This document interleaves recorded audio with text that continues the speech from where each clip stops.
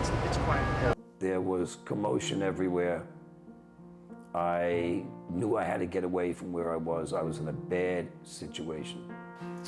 My name is Robert Glass, and I'm a 9/11 survivor.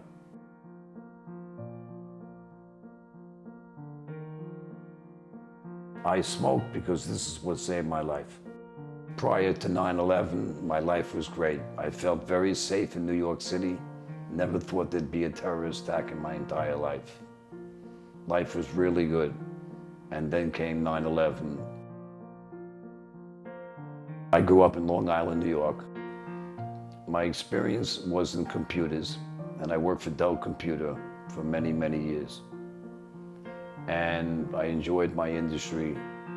And right before the towers, of going into the towers that day, I was working for Dell doing service calls on the 100th floor of Tower 1. I awoke on 9/11 to a beautiful, warm, in the 80s, beautiful morning in New York. And I had breakfast, smoked a few cigarettes, and I got dressed and caught my train in Great Neck, Long Island, where I was living.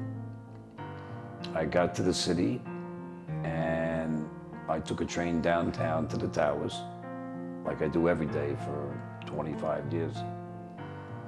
And I got down to the towers, I got up to the 100th floor. I was doing service calls for Dell that morning. And within a few minutes, I wanted a cigarette. You can't smoke in the towers. You can smoke on the 58th floor, but for some reason, that observation deck was closed. So I called my girlfriend in the building, Sherry, and I asked her if she wants to come down for a cigarette. And she said no, because her boss won't let her. So I decided to go down to the lobby, which means 2 elevator trips. And I got downstairs, and within 2 minutes, a plane had hit Tower 1. I lit my cigarette, and I was just looking up at the sky because I heard a sound that didn't belong in New York City. And all of a sudden, the tower was hit.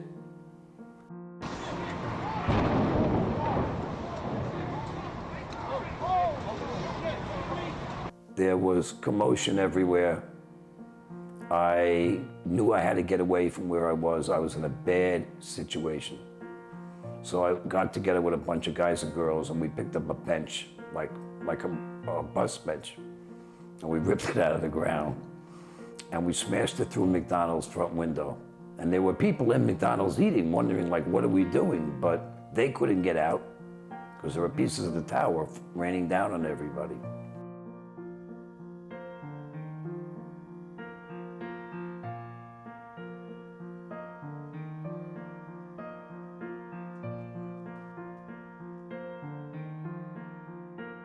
We were inside McDonald's, so we were safe, but parts of McDonald's were now caving in the roof.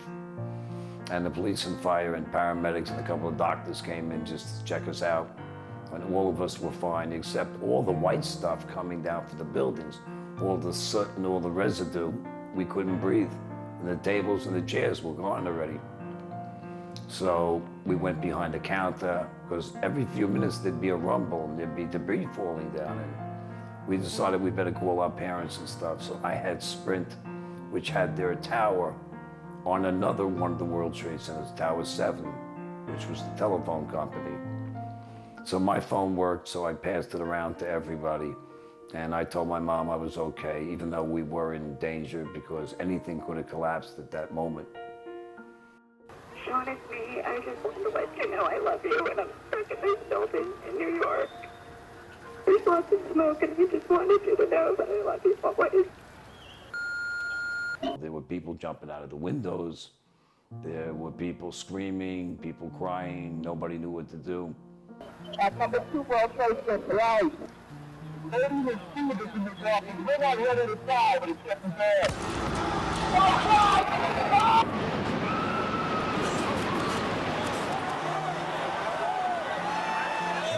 I'm on the 83rd floor. I'm gonna die, aren't I? No.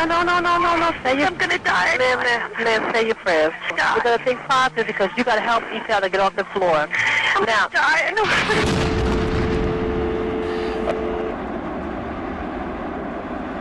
Hands and praying.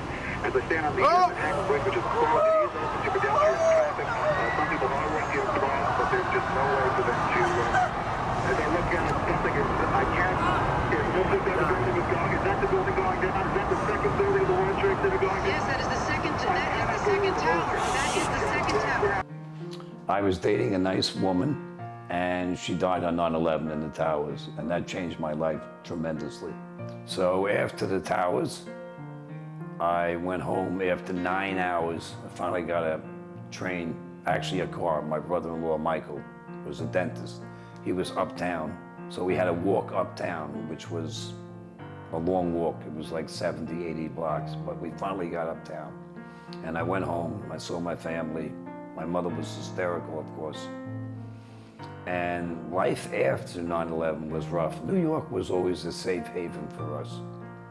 We felt safe. The buildings were like, wrapped their arms around you. You felt safe. I went to see a psychologist, and after a year of doing that, I decided to move down to sunny Florida. I moved down to Florida. I started working for Dell down here. And my life started getting better, except every time I see an airplane, I think it's gonna hit a building.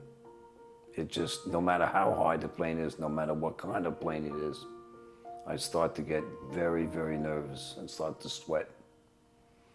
But things have become better and better. Day to day, it's getting a lot better. My name is Robert Glass, and this was my story of how I survived 9/11, 2001, 9/11.